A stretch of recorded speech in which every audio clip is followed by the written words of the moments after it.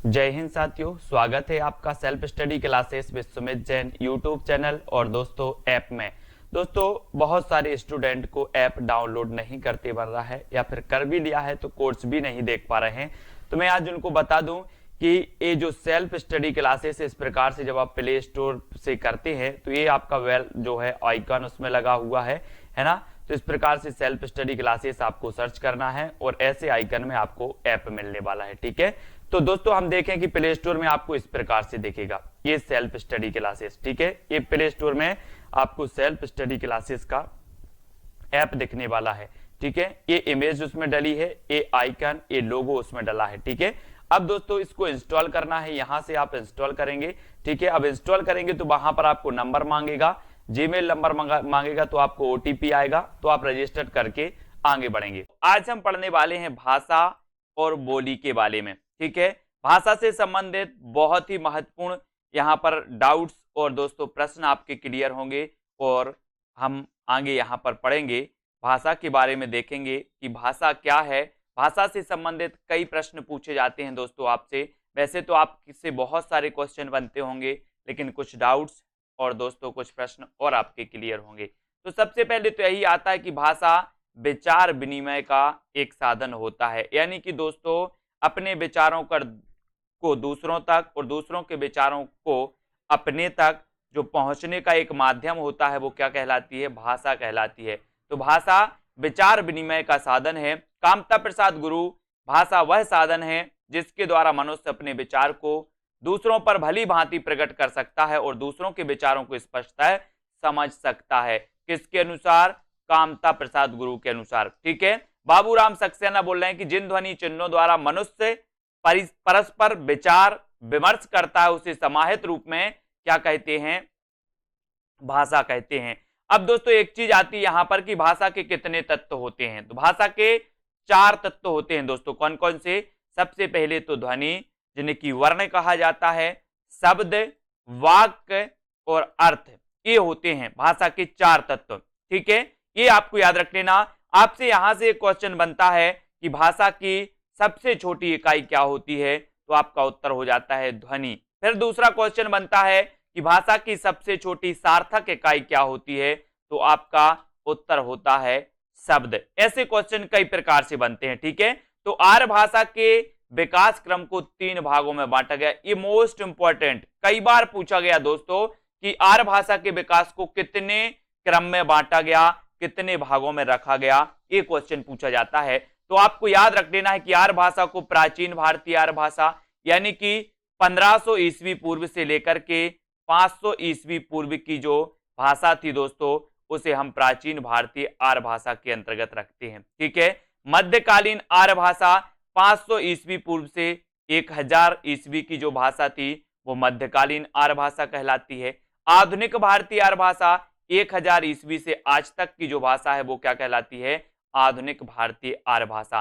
तो आपसे पूछा जाएगा कि आर्य भाषा के विकास को कितने भागों में रखा गया, तो आप क्या बताओगे? 3 भागों में रखा गया। ठीक है, प्राचीन भारतीय आर्य भाषा, मध्यकालीन भारतीय आर्य भाषा और आधुनिक आर्य भाषा, ये 3 भागों में रखा गया। जिनमें से प्राचीन भारतीय आर्य भाषा की बात होती है तो 1500 ईस्वी पूर्व से 500 ईस्वी पूर्व, मध्यकालीन भारतीय आर्य भाषा की बात होती है तो 500 ईस्वी पूर्व से 1000 ईस्वी, और आधुनिक भारतीय आर्य भाषा की बात होती है तो 1000 ईस्वी से आज तक की जो भाषा होती है दोस्तों वो आधुनिक भारतीय आर्य भाषा के अंतर्गत। तो ये क्वेश्चन आपका क्लियर हो गया कि भारतीय आर्य भाषा के विकास क्रम को 3 भागों में रखा गया और वो ये 3 भाग इस प्रकार से थे। ठीक है, अब भाषा की विकास की परंपरा, ये परंपरा भी कई बार पूछा जाता है दोस्तों। तो यहां पर देखो वैदिक संस्कृत, लौकिक संस्कृत, लौकिक संस्कृत से दोस्तों पाली, प्राकृत, ठीक है, अपभ्रंश, स्वरसैनी, अपभ्रंश से स्वरसैनी, स्वरसैनी से पुरानी हिंदी, ठीक है, स्वरसैनी अपभ्रंश से, फिर दोस्तों आधुनिक हिंदी, पश्चिमी अपभ्रंश, पश्चिमी अपभ्रंश और खड़ी बोली हिंदी। तो इस प्रकार से अनेक भाषाओं का यहां पर उदय हुआ जो आपसे कई बार पूछा जाता है। ठीक है, तो भाषा की विकास परंपरा आपसे पूछी जाती है कि पाली का जो उदय हुआ वो किससे माना जाता है? लौकिक संस्कृत से। ठीक है, इसको आपको याद रख लेना, वैदिक संस्कृत से निकली लौकिक संस्कृत, है ना, फिर पाली, प्राकृत, अपभ्रंश, ये मानी जाती हैं। ठीक है, तो ये संस्कृत के 2 रूप थे दोस्तों, एक तो वैदिक संस्कृत और एक लौकिक संस्कृत। इन्हीं से ही सारी भाषाओं का विकास यहां से माना जाता है। पाली, प्राकृत, अपभ्रंश, सौरसेनी अपभ्रंश, है ना, और पुरानी हिंदी, आधुनिक हिंदी, पश्चिमी अपभ्रंश, खड़ी बोली हिंदी, इस प्रकार से इनका विकास हुआ। इसको आपको समझना है, ठीक है। अब दोस्तों इसके बारे में और हम यहां पर जानेंगे, इसको देखेंगे कि बोली क्या है, बोली के बारे में देखेंगे। तो भाषा का स्थानीय रूप अथवा क्षेत्रीय रूप क्या कहलाता है? बोली कहलाता है। स्थानीय रूप, जैसे हम किसी क्षेत्र विशेष में एक बोली बोलते हैं और उसके 10-15 किलोमीटर बाद देखो तो दूसरा क्षेत्र लग गया, तो दोस्तों उसी बोली में कुछ अंतर आ जाता है। तो ये क्षेत्र विशेष से संबंधित बोलियां होती हैं, उन्हें हम क्या कहते हैं? स्थानीय रूप को क्या कहते हैं? बोली कहते हैं। भाषा के स्थानीय रूप को क्या कहते हैं? बोली कहा जाता है, ठीक है। विभिन्न बोलियां राजनीतिक सांस्कृतिक आधार पर अपना क्षेत्र बढ़ा सकती हैं और साहित्यिक रचना के आधार पर वे अपना स्थान बोली से उच्च करते हुए विभाषा तक पहुंचती हैं। यानी कि अगर बोली विकसित होकर के दोस्तों उसका अगर रूप बढ़ जाए, उसका विकास हो जाए, साहित्यिक रचना के आधार तक पहुंच जाए, तो वो क्या कहलाने लगती है? फिर विभाषा कहलाने लगती है। तो बोली विभाषा बनती है और विभाषा के बाद क्या बनती है? फिर भाषा बनती है, ठीक है। तो इसको आपको याद रख लेना, बोली, विभाषा और भाषा, ठीक है। हिंदी भाषा का विकास अपभ्रंश भाषा से हुआ, ये तो सभी को पता है। विभिन्न अपभ्रंशों से हिंदी की उपभाषाओं की उत्पत्ति हुई। हिंदी उपभाषाओं से हिंदी की सभी बोलियों का विकास माना जाता है। इनको हम यहां पर देखेंगे दोस्तों, है ना। सौरसेनी अपभ्रंश से कौन सी निकली? ये क्या है? अपभ्रंश। और ये क्या है? इनकी उपभाषाएं। अब आपसे पूछा जाता है कि निम्न में से बताइए कौन सी उपभाषा सौरसेनी अपभ्रंश से निकली? तो आपका उत्तर होता है पश्चिमी हिंदी, राजस्थानी हिंदी, गुजराती। ये सौरसेनी अपभ्रंश से इनका उदय माना जाता है दोस्तों। इनको आपको याद रख लेना, पश्चिमी हिंदी, राजस्थानी और गुजराती का उदय हुआ सौरसेनी अपभ्रंश से, ठीक है। ये सौरसेनी अपभ्रंश से।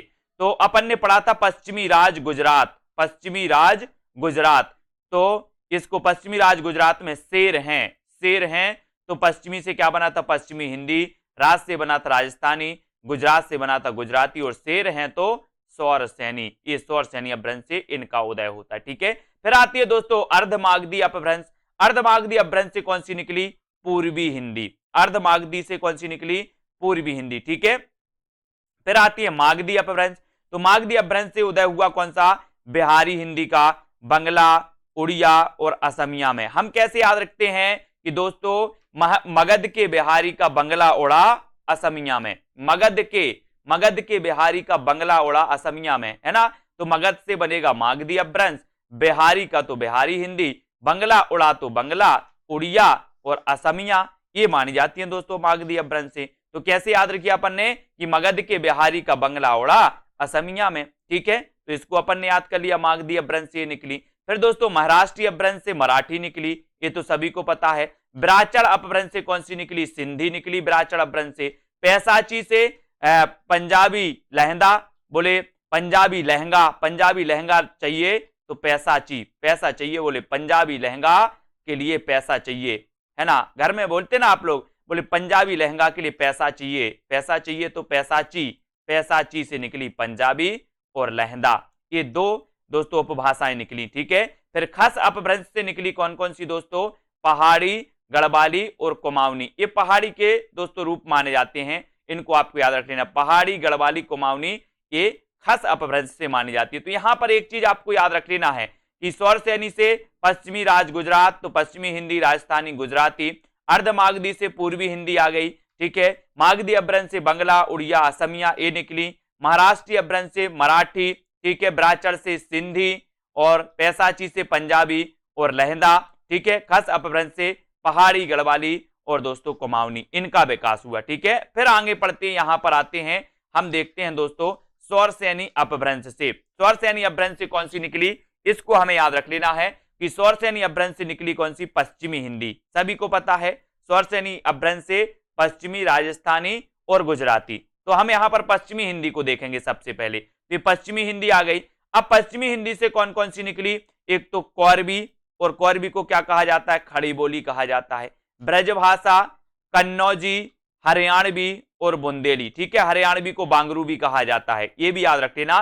तो अपन ने याद किया था कि कानों के खड़ी बुंदेली ब्रजभान हरि के पास, है ना। तो कानों से क्या बना था?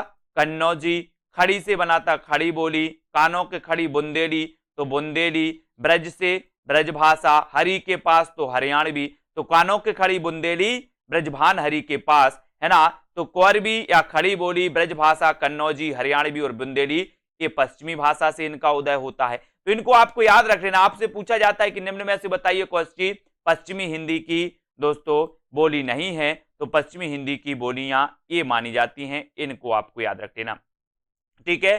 फिर बात करते राजस्थानी हिंदी की, तो राजस्थानी हिंदी से निकली थी दोस्तों मारवाड़ी, जयपुरी, मेवाती और मालवी, है ना। इसको आपको याद रख लेना है। राजस्थानी हिंदी से कौन कौन सी निकली, मारवाड़ी, जयपुरी, मेवाती और दोस्तों मालवी, ठीक है। इनको याद रखेंगे, ये 4 निकली थी। आपसे पूछा जाएगा कि निम्न में से बताइए कौन सी राजस्थानी हिंदी की बोली नहीं है, तो ये आपको याद रख लेना कि मारवाड़ी भी है, जयपुरी भी है ना, मेवाती भी है और मालवी, ये राजस्थानी से संबंधित है, ठीक है। फिर बात करें दोस्तों अर्धमागधी अपभ्रंश, गुजराती तो गुजराती, अर्धमागधी अपभ्रंश की बात करें तो अर्धमागधी अपभ्रंश से जो उपभाषा का उदय हुआ वो हुआ पूर्वी हिंदी का, पूर्वी हिंदी का हुआ। अब पूर्वी हिंदी से दोस्तों 3 बोलियों का उदय होता है, वो कौन कौन सी हैं, अवधी, बघेली और छत्तीसगढ़ी। अब अपन बोलते ना कि अब छत्तीसगढ़ी, अब छत्तीसगढ़ी या फिर ए बी सी, है ना। तो ए से बनेगा अवधी, बी से बघेली, सी से छत्तीसगढ़ी, या फिर अब छत्तीसगढ़ी तो आ से अवधी, बा से बघेली और छत्तीसगढ़ी से छत्तीसगढ़ी। ये पूर्वी हिंदी की बोलियां मानी जाती हैं, इनको हम याद रखेंगे, ठीक है। फिर बात करें दोस्तों मागधी अपभ्रंश की, तो मागधी अपभ्रंश से निकली कौन सी, बिहारी हिंदी, ठीक है। तो बिहारी हिंदी में हमने देखा कि भोजपुरी, मगही और मैथिली, बोले एक मग मैथी, एक भोजन में एक मग मैथी, भोजन में तो भोजपुरी, मग से दोस्तों मगही और मैथी से मैथिली। तो ये दोस्तों 3 जो निकली ये बोलियां ये बिहारी हिंदी से निकली, ठीक है। तो आपसे पूछा जाएगा कि निम्न में से बताइए कौन सी बिहारी हिंदी की बोली नहीं है ना। तो आपको पता होनी चाहिए कि भोजपुरी है, मगही है, मैथिली है, एक भोजन में एक मग मैथी, ठीक है। अब बात करते खास अपभ्रंश, तो खास अपभ्रंश से निकली दोस्तों पहाड़ी हिंदी, पहाड़ी हिंदी निकली। अब पहाड़ी हिंदी से कुमाऊनी, गढ़वाली और नेपाली, ठीक है, कुमाऊनी, गढ़वाली और नेपाली, ये आपको याद रख लेना है। अब ये किससे निकली थी, खस अपभ्रंश से, खस अपभ्रंश से कुमाऊनी, गढ़वाली और नेपाली। ये आपसे पूछा जाएगा कि निम्न में से बताइए कौन सी पहाड़ी हिंदी से संबंधित है, तो कुमाऊनी, गढ़वाली और नेपाली, ठीक है। तो इनको आपको बहुत अच्छे से समझ लेना है दोस्तों। ये पूरी की पूरी पहुंची जाती है सौर सैनी से पश्चिमी हिंदी, पश्चिमी हिंदी से खड़ी बोली, ब्रजभाषा, कन्नौजी, हरियाणवी, बुंदेली। राजस्थानी से बात करें तो मारवाड़ी, जयपुरी, मेवाती, मालवी। अर्धमागधी से बात करें तो पूर्वी हिंदी, अवधी, बघेली, छत्तीसगढ़ी। मागधी अपभ्रंश से बिहारी हिंदी निकली, भोजपुरी, मगही, मैथिली हो गई इसकी, ठीक है।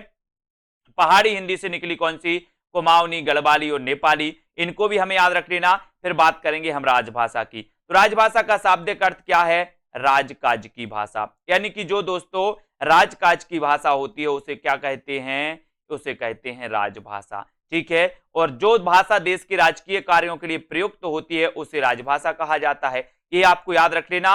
और भारतीय संविधान द्वारा 14 सितंबर 1949 ईस्वी को हिंदी भाषा को राजभाषा के रूप में स्वीकार किया गया था। कब, 14 सितंबर 1949 को, इसलिए हम 14 सितंबर को हिंदी दिवस मनाते हैं। आपको पता है, ये भी याद रखना, आपसे पूछा जाता है कि 14 हिंदी दिवस कब मनाते, तो आप बताओगे 14 सितंबर को, ठीक है। भारतीय संविधान के भाग 17 अनुच्छेद 343 से 351 तक हिंदी की संवैधानिक स्थिति पर प्रकाश डाला गया, ये भी आपको याद रख लेना। भाग 17 में, है ना, 343 से 351 तक जो अनुच्छेद हैं ये भाषा से संबंधित इसमें प्रावधान है, ये भी आपको याद रख लेना। 14 सितंबर 1949 को दोस्तों हिंदी भारत की राजभाषा बनी, इसको रखा गया। भाग 17 अनुच्छेद 343 तक भाषा से संबंधित प्रावधान रखे गए संविधान में, इसको भी आपको याद रख लेना, ठीक है। फिर यहां पर हम बात करते हैं दोस्तों कि साथ ही भारतीय संविधान की 8वीं अनुसूची में 22 प्रादेशिक भाषाओं का उल्लेख है। अगर आपसे पूछा जाए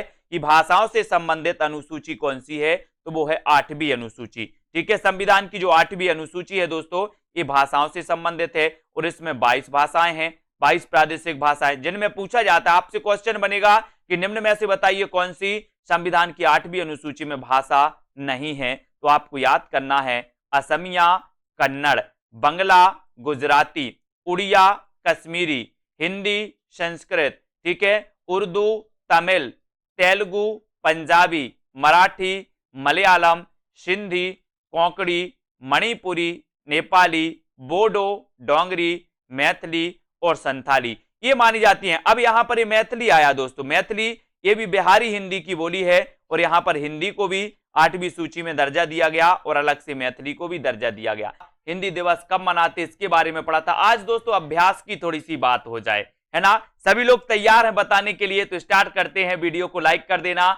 जिन भी साथियों ने self study classes app download नहीं किया है वो self study classes app download कर लेंगे। और हिंदी साहित्य का अगर आप दोस्तों super TET, junior super TET exam की तैयारी कर रहे हैं या फिर टीजीटी, पीजीटी या फिर दोस्तों मास्टर कैडर किसी भी एग्जाम की तैयारी कर रहे हैं और आपका सब्जेक्ट हिंदी साहित्य है, तो कोर्स लॉन्च किया गया है। इस कोर्स का जो प्राइस है दोस्तों वो 1200 रुपए है, अभी 50% ऑफ में, तो आप इस कोर्स में एडमिशन ले सकते हैं और अपना अध्ययन क्रमबद्ध बना सकते हैं। ठीक है, तो स्टार्ट करते हैं दोस्तों। ब्रज भाषा का विकास इनमें किस प्राकृत अपभ्रंश से हुआ? किससे हुआ? 4 विकल्प आपके सामने हैं, मागधी, पैसाची, स्वरसेनी और अर्धमागधी।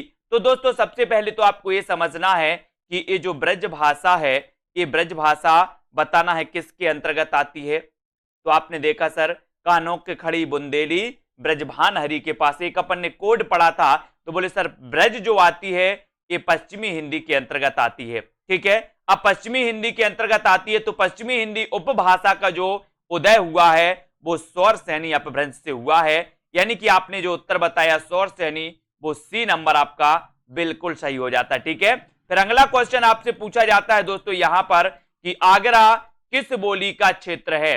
आगरा किस बोली का क्षेत्र है? 2 सेकंड आपको दिए जाते हैं। आपने पढ़ा होगा उत्तर प्रदेश का आगरा, है ना। 4 विकल्प हैं, ऐसे कई बार क्वेश्चन पूछे जाते हैं, तो 4 में से आपको चयन करना है कि आगरा में कौन सी बोली बोली जाती है। कमेंट में लिखिएगा जल्दी से 2 सेकंड में। और साथियों आपके 2 सेकंड होते हैं पूरे और आपने बिल्कुल सही आंसर बताया। बोले सर आगरा की बात करोगे तो ये ब्रज भाषा का क्षेत्र है और ब्रज भाषा पश्चिमी हिंदी से दोस्तों निकलती है, इसको भी आपको याद रख लेना। ठीक है, अगला क्वेश्चन आपको बताना है कि इनमें से कौन सी लिपि नहीं है? कौन सी लिपि नहीं है? अरबी, गुरुमुखी, देवनागरी या फिर अंग्रेजी? बताइए कौन सी लिपि नहीं है इनमें से? तो अपन ने अरबी लिपि पढ़ी है, गुरुमुखी लिपि भी पढ़ी है, देवनागरी लिपि भी पढ़ी है, कौन सी लिपि नहीं पढ़ी? तो आपका सही उत्तर आया है कि सर अगर लिपि की बात करोगे तो ये जो अंग्रेजी है, अंग्रेजी ये लिपि नहीं है, ये तो एक भाषा है ना। तो उत्तर कहां चला जाता है आपका? डी की तरफ, अंग्रेजी आपका बिल्कुल सही हो जाता। ठीक है, फिर अगला क्वेश्चन आपके लिए दिया गया है। अगला क्वेश्चन है आपके लिए दोस्तों कि किस बोली का बिहारी हिंदी से संबंध है? अपन ने पढ़ा था दोस्तों कि जो बिहारी हिंदी का उदय हुआ था वो मागधी अपभ्रंश से हुआ था, है ना। मगध के बिहारी का बंगला उड़ा असमिया में, है ना। तो बिहारी दोस्तों, उड़िया, असमिया ये सभी काय के अंतर्गत आती हैं? मागधी अपभ्रंश से इनका उदय हुआ। ठीक है, अब आपसे पूछा गया कि बिहारी हिंदी से किसका संबंध नहीं है पूछा है। नहीं है पूछा है तो नहीं है, कौन सा नहीं है? बोले सर भोजपुरी का है, मगही का भी है, मैथिली का भी है। नहीं है तो किसका नहीं है? अवधी का। तो अवधी का किससे है? तो इसका उत्तर हो जाएगा अवधी का है पूर्वी हिंदी से। ठीक है, बढ़ रहे हैं आपसे क्वेश्चन, वेरी गुड, बहुत बढ़िया। अगला क्वेश्चन है मगही किस प्रदेश की बोली है? मगही बताना किस प्रदेश की। अपन ने यहां पर पढ़ा था कि जो मगही है ये बिहारी हिंदी की बोली है, मैथिली है ये भी बिहारी हिंदी की है, पश्चिमी भोजपुरी ये भी बिहारी हिंदी के अंतर्गत आती है।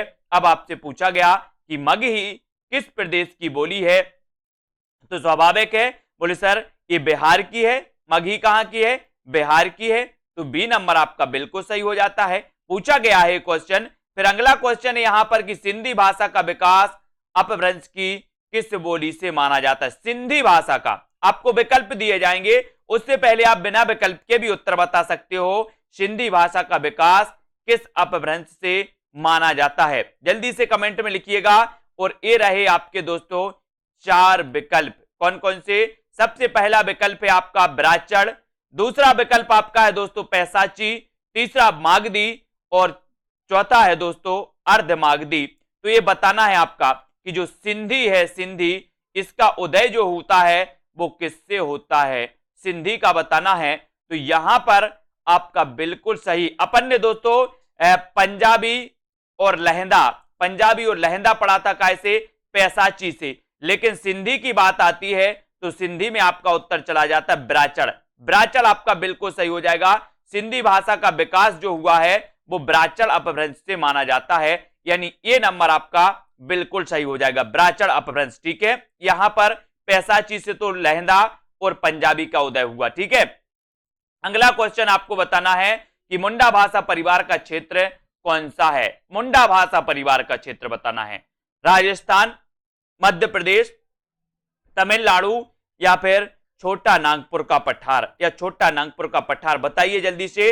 मुंडा भाषा का क्षेत्र कौन सा है, इसका उत्तर आपको बताना। हमने कई ये क्षेत्र पढ़े हैं, राजस्थान पढ़े हैं, राजस्थानी भाषा भी पढ़ी है ना दोस्तों। तो यहां पर मुंडा भाषा परिवार का जो क्षेत्र माना जाएगा, तब आपने उत्तर बताया कि सर मुंडा भाषा परिवार का जो क्षेत्र है वो छोटा नागपुर का पठार है, और उत्तर चला जाता है विकल्प नंबर डी के साथ। ठीक है, डी आपका सही हो गया। अगला क्वेश्चन आपसे पूछा जाता है कि झांसी, जालौन, हमीरपुर में कौन सी बोली बोली जाती है? ऐसे क्वेश्चन कई बार आते हैं दोस्तों, थोड़ा सा आपको अभ्यास करने की जरूरत है। झांसी, जालौन, हमीरपुर में कौन सी बोली प्रचलित है? बुंदेली, कन्नौजी, ब्रजभाषा या फिर मालवी? बताइए, सभी का कमेंट आने चाहिए, क्योंकि आप झांसी को जानते हैं, जालौन, हमीरपुर, इन सभी को जानते हैं, इन स्थानों को जानते हैं, और इनमें बोली जाती है बुंदेली। और बुंदेली का उदय हुआ पश्चिमी हिंदी से, और पश्चिमी हिंदी का उदय हुआ किससे? स्वरसैनी अपभ्रंश से। ठीक है, तो ये बुंदेली याद रख लेना, झांसी, जालौन, हमीरपुर का जो क्षेत्र है यहां पर बुंदेली बोली बोली जाती है। ठीक है, अगला क्वेश्चन आपको बताना है दोस्तों यहां पर कि भोजपुरी बोली की उत्पत्ति हुई तो कैसे हुई? अर्धमागधी अपभ्रंश से हुई, मागधी अपभ्रंश से हुई, स्वरसैनी अपभ्रंश से हुई या फिर ब्राचड़ अपभ्रंश से हुई? प्रश्न क्रमांक 9 और बढ़िया प्रश्न है आपके लिए। भोजपुरी बोली की उत्पत्ति जो हुई है वो किससे हुई है? इसके पहले हमने देखा था कि सर भोजपुरी, मगही और मैथिली ये बिहारी हिंदी के अंतर्गत आती हैं, और बिहारी हिंदी का जो उदय हुआ है वो हुआ है किससे? मागधी अपभ्रंश से। अपन ने पढ़ा था कि मगध के बिहारी का बंगला उड़ा असमिया में। तो दोस्तों बिहारी, बंगला, उड़िया और असमिया ये मागधी अपभ्रंश से इनका उदय होता है। तो भोजपुरी बोली का उदय कौन सी अपभ्रंश से होगा? मागधी अपभ्रंश से, यानी कि उत्तर बी की तरफ चला जाता है। बढ़िया प्रश्न है। अगला क्वेश्चन आपके लिए, आधुनिक दोस्तों भाषाओं में से किसका संबंध अपभ्रंश की पैसाची बोली से है? पैसाची से बताइए, है ना। मैंने आपको कई बार याद करवाया है कि अगर दोस्तों पंजाबी लहंगा लेना है तो पैसा चाहिए, पंजाबी लहंगा लेना है तो क्या चाहिए? पैसा चाहिए। तो पैसा चाहिए, तो पैसा चाहिए से बनेगा पैसाची, और क्या लेना है? पंजाबी लहंगा लेना है, तो यहां पर हो जाएगा आपका पंजाबी और यहां पर हो जाएगा पैसाची, यानी कि पैसाची से जो उदय होता है वो पंजाबी का होता है। ठीक है, और उत्तर आपका सी की तरफ चला जाता है। अगला क्वेश्चन आपके लिए, मगही किस उपभाषा की बोली है? प्रश्न क्रमांक 11। सभी लोग वीडियो को लाइक कर दें, और दोस्तों जिन भी साथियों को कोर्स में एडमिशन लेना है 25 तारीख तक आप एडमिशन ले सकते हैं और पढ़ सकते हैं। मगही बताना किस उपभाषा की बोली है? तो ये मगही आसान है, और अपन ने पढ़ा भी है इसके पहले। क्या पढ़ा है? मगही, है ना, भोजपुरी और मैथिली। बोले सर ये जो है ये बिहारी हिंदी की उपभाषा मानी जाती है। कौन सी? मगही। तो उत्तर आपका कहां चला जाता है? विकल्प नंबर डी की तरफ। बहुत बढ़िया, सभी लोगों ने बिल्कुल सही आंसर बताए हैं। अब आपको बताना है दोस्तों, गयल, भयल आदि किस बोली की तरह की क्रियाएं हैं, ये बताइए। गयल, भयल, तो बताइए ये किस बोली से संबंधित हैं? भोजपुरी भूतकालिक, अवधी वर्तमानकालिक, ब्रजभाषा भूतकालिक या फिर बुंदेली भविष्यकालिक? गयल, भयल, ये जो शब्द आते हैं दोस्तों, ये बताइए किस बोली से संबंधित माने जाते हैं? अगर आपने थोड़ा सा अनुभव किया होगा, भोजपुरी फिल्मों को देखा होगा, तो गयल और भयल ये भोजपुरी दोस्तों भूतकालिक, ये गयल आदि गयल भयल ये भोजपुरी भूतकालिक से संबंधित माने जाते हैं और उत्तर चला जाता है विकल्प नंबर 1 की तरफ। ठीक है, अगला क्वेश्चन, खड़ी बोली हिंदी का अन्य सही नाम है तो क्या है? अन्य सही नाम बताना खड़ी बोली हिंदी का, है ना। ये खड़ी बोली अपन देखते हैं दोस्तों की पश्चिमी हिंदी से इसका विकास हुआ। पश्चिमी हिंदी का विकास अनास्वर से यानी अभ्रंश से होता है। अपन ने पढ़ा था पश्चिमी हिंदी की बोलियों को, कानों के खड़ी बुंदेली, ब्रजभान हरि के पास, कानों से बना था कन्नौजी, खड़ी से बना था खड़ी बोली। खड़ी बोली को क्या कहा जाता है? आपने उत्तर बता दिया, बोले सर कौरबी में टिक कर दो, मैंने कौरबी लगा दिया और उत्तर सही हो गया आपका। खड़ी बोली का अन्य सही नाम है कौरबी। बहुत बढ़िया, सभी लोगों ने बिल्कुल सही आंसर बताए हैं। फिर अगले प्रश्न की ओर बढ़ते हैं दोस्तों। अधोलिखित में से एक भोजपुरी का क्षेत्र नहीं है तो कौन सा नहीं है? भोजपुरी का क्षेत्र नहीं है बताना है, देवरिया, इलाहाबाद, मिर्जापुर या फिर बलिया। भोजपुरी का क्षेत्र कौन सा नहीं है? प्रश्न क्रमांक 14 में। और यहां पर बताना है कि भोजपुरी का क्षेत्र नहीं है तो उत्तर हो जाएगा दोस्तों, आपने उत्तर चयन किया है इलाहाबाद। ये भोजपुरी का क्षेत्र नहीं माना जाता इलाहाबाद, और उत्तर सी की तरफ चला जाता है। ठीक है, अगला क्वेश्चन आपसे पूछा जाएगा, फैजाबाद जनपद में बोली जाने वाली जो बोली है वो कौन सी है? बताइए, खड़ी बोली, बघेली, ब्रजभाषा या फिर अवधी। फैजाबाद जनपद में बोली जाने वाली बोली कौन सी है? फैजाबाद जनपद में बोली जाने वाली बोली कौन सी है? तो आपको ये जो दोस्तों अलग अलग बोलियों के क्षेत्र हैं वो भी आपको पता होनी चाहिए, उनको भी हमें पढ़ना है। फैजाबाद जनपद में जो बोली बोली जाती है वो बोली जाती है कौन सी? अवधी। कौन सी बोली जाती है? अवधी। ये वही अवधी है जिसमें दोस्तों रामचरितमानस लिखा गया, है ना। ये वही अवधी है जिसमें पद्मावत लिखा गया। ये वही अवधी है दोस्तों जो पूर्वी हिंदी से जिसका विकास होता है। निम्न में से कौन सी भाषा देवनागरी लिपि में लिखी जाती है? देवनागरी लिपि में बताना है कौन सी लिखी जाती है। डोंगरी, मराठी। कई बार एक क्वेश्चन पूछा गया दोस्तों, इस क्वेश्चन को भूलना नहीं है कि देवनागरी लिपि में बताना है डोंगरी। बोले सर नहीं लिखी जाती। उड़िया, ये भी नहीं लिखी जाती। सिंधी, ये भी नहीं लिखी जाती। तो कौन सी लिखी जाती है? देवनागरी लिपि में जो लिखी जाती है वो लिखी जाती है मराठी। कौन सी? मराठी। मोस्ट इंपॉर्टेंट क्वेश्चन, बढ़िया प्रश्न। और अगला क्वेश्चन आपकी स्क्रीन पर, आधुनिक भारतीय भाषाओं का विकास किस भाषा से हुआ है? प्रश्न क्रमांक 17, आधुनिक भारतीय भाषाओं का विकास किस भाषा से हुआ? सौरसेनी से, मागधी, प्राकृत या फिर अपभ्रंश से? किससे हुआ? प्रश्न क्रमांक 17, आधुनिक भारतीय भाषाओं का विकास किस भाषा से हुआ है? तो यहां पर अपन ने कई बार पढ़ा है कि सर जो आधुनिक भारतीय भाषाएं हैं इनका जो विकास हुआ है वो सीधा सीधा भारतीय भाषाओं का माना जाता है, तो अपभ्रंश से हुआ है। अपभ्रंश के अनेक भेदों से, सौरसेनी मान लो, मागधी मान लो, अर्धमागधी मान लो, है ना। तो कुल मिला के हम कह सकते हैं कि अपभ्रंश से हुआ है। ठीक है, आधुनिक भारतीय भाषाओं का। अगला क्वेश्चन आपसे पूछा जाता है कि ब्रजबोली नाम से जानी जाती है तो कौन सी? ब्रजबोली नाम से, है ना। ब्रजभाषा नहीं पूछा आपसे, ब्रजभाषा तो अलग है। ब्रजबोली नाम से कौन सी जानी जाती है ये पूछा है आपसे। कई बार क्वेश्चन पूछा गया। पंजाबी, मराठी, गुजराती या फिर पुरानी बंगला। कौन सी वो बोली है जो ब्रजबोली के नाम से जानी जाती है? और आपने प्रश्न क्रमांक 18 का उत्तर जो चयन किया है वो किया है पुरानी बंगला, और आपका उत्तर सही हो जाता है पुरानी बंगला।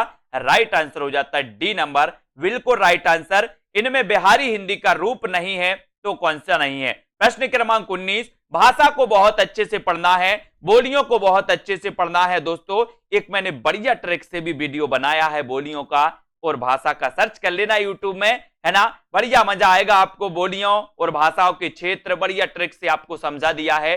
एक बार पढ़ोगे क्वेश्चन गलत नहीं होंगे। और बिहारी हिंदी का रूप नहीं है तो बोले सर भोजपुरी तो है, मैथिली भी है, मगही भी है, ये अवधी नहीं है। ये अवधी तो पूर्वी हिंदी की है ना। पूर्वी हिंदी के अंतर्गत 3 बोलियां आती हैं, अवधी, बघेली और छत्तीसगढ़ी। ठीक है, वर्तमान हिंदी का प्रचलित रूप है तो क्या है? वर्तमान हिंदी का प्रचलित रूप अवधी, ब्रजभाषा, देवनागरी या फिर सौराष्ट्री। प्रश्न क्रमांक 20 और प्रश्न भी आपका बहुत बढ़िया, वर्तमान हिंदी का प्रचलित रूप बताना है।